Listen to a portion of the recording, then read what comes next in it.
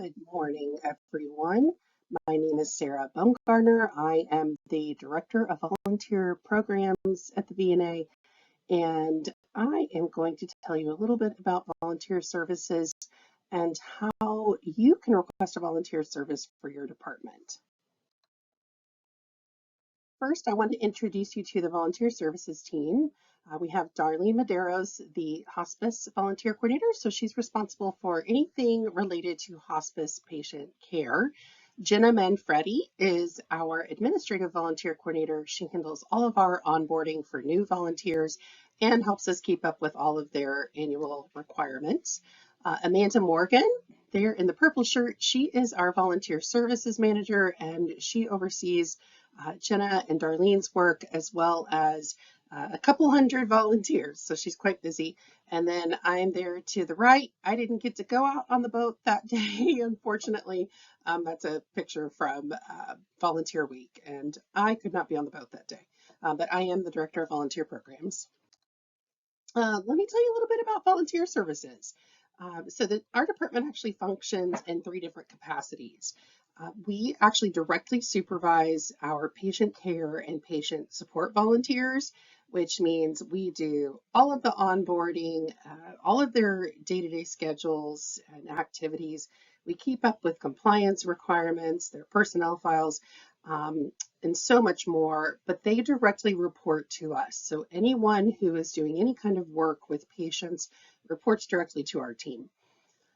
The second capacity we serve in is basically what I like to consider quote unquote human resources. So these are for our non-patient care related roles. These are going to be administrative roles, things like golf-a-thon committee members and office assistants, the hidden treasure store, anyone who isn't providing direct patient care. And what we do for them is recruit and onboard and place all of these volunteers in their roles. We provide ongoing support to both them and the volunteer supervisors for those departments.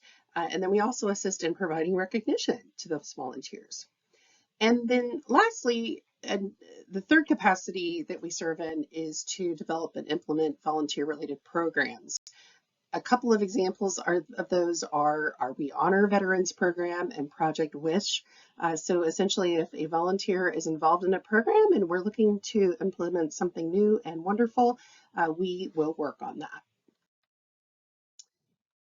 A quick overview of some of the volunteer roles at the agency. We have quite a bit to share with you. So administrative roles, these are folks who are going to be making phone calls or data entry. Sometimes they're working on mailings for bereavement or foundation. We have board and committee members. We also have volunteers that will help with wellness and outreach clinics. We have fundraising volunteers. Then our patient support roles, these are volunteers who aren't directly caring for patients, but they do support them with maybe items or goods. They work on special projects with us as well. One of the most fun ways they contribute is through the Mending Hearts Memory Pillows, where they actually provide clients with pillows, handmade pillows with clothing item of their loved one. So that's a really neat project. And then of course our direct patient care volunteers, they are doing things like patient visits in Hospice House and the home team. At Hospice House, they'll do things like reception and music and flowers. And then in the field, they are providing all types of interventions from socialization to pet therapy. So now that you know a little bit about what our volunteers can do, can possibly a volunteer help your service area? Just to give you a little background information, all of our volunteers submit to a thorough screening and onboarding process by our team. And our team really works hard to place volunteers in roles that match their skills and interest. The average length of service for a VNA volunteer is actually 8 years. We have someone who has been with us for 22 though, so they do tend to stay quite a long time with us. Many volunteers bring their own professional experience and knowledge to their volunteer role, which could definitely assist you if you are looking for someone with a specific skill set. So things to ask yourself when you're thinking about whether or not a volunteer could help you. Are there projects or tasks or maybe programs that you feel could benefit from a volunteer's experience and time? Are there any to-do items on your list that you just can't get to or you can't get to in a timely manner? Maybe a volunteer could help you cross those off your list.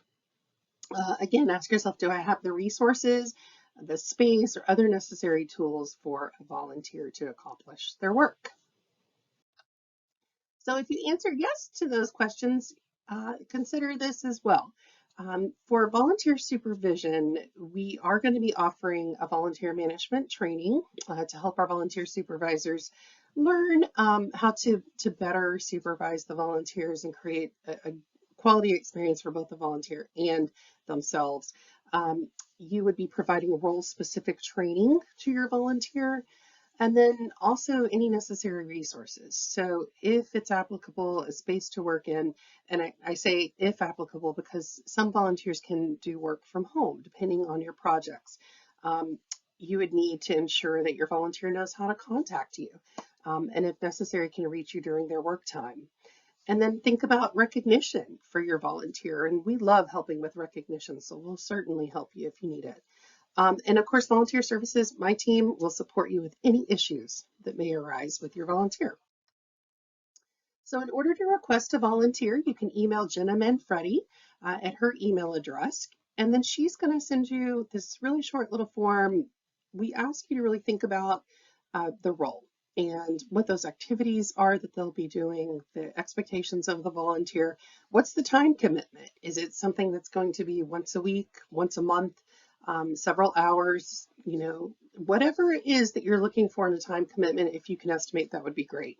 Their work location and any skills or experience that you might want.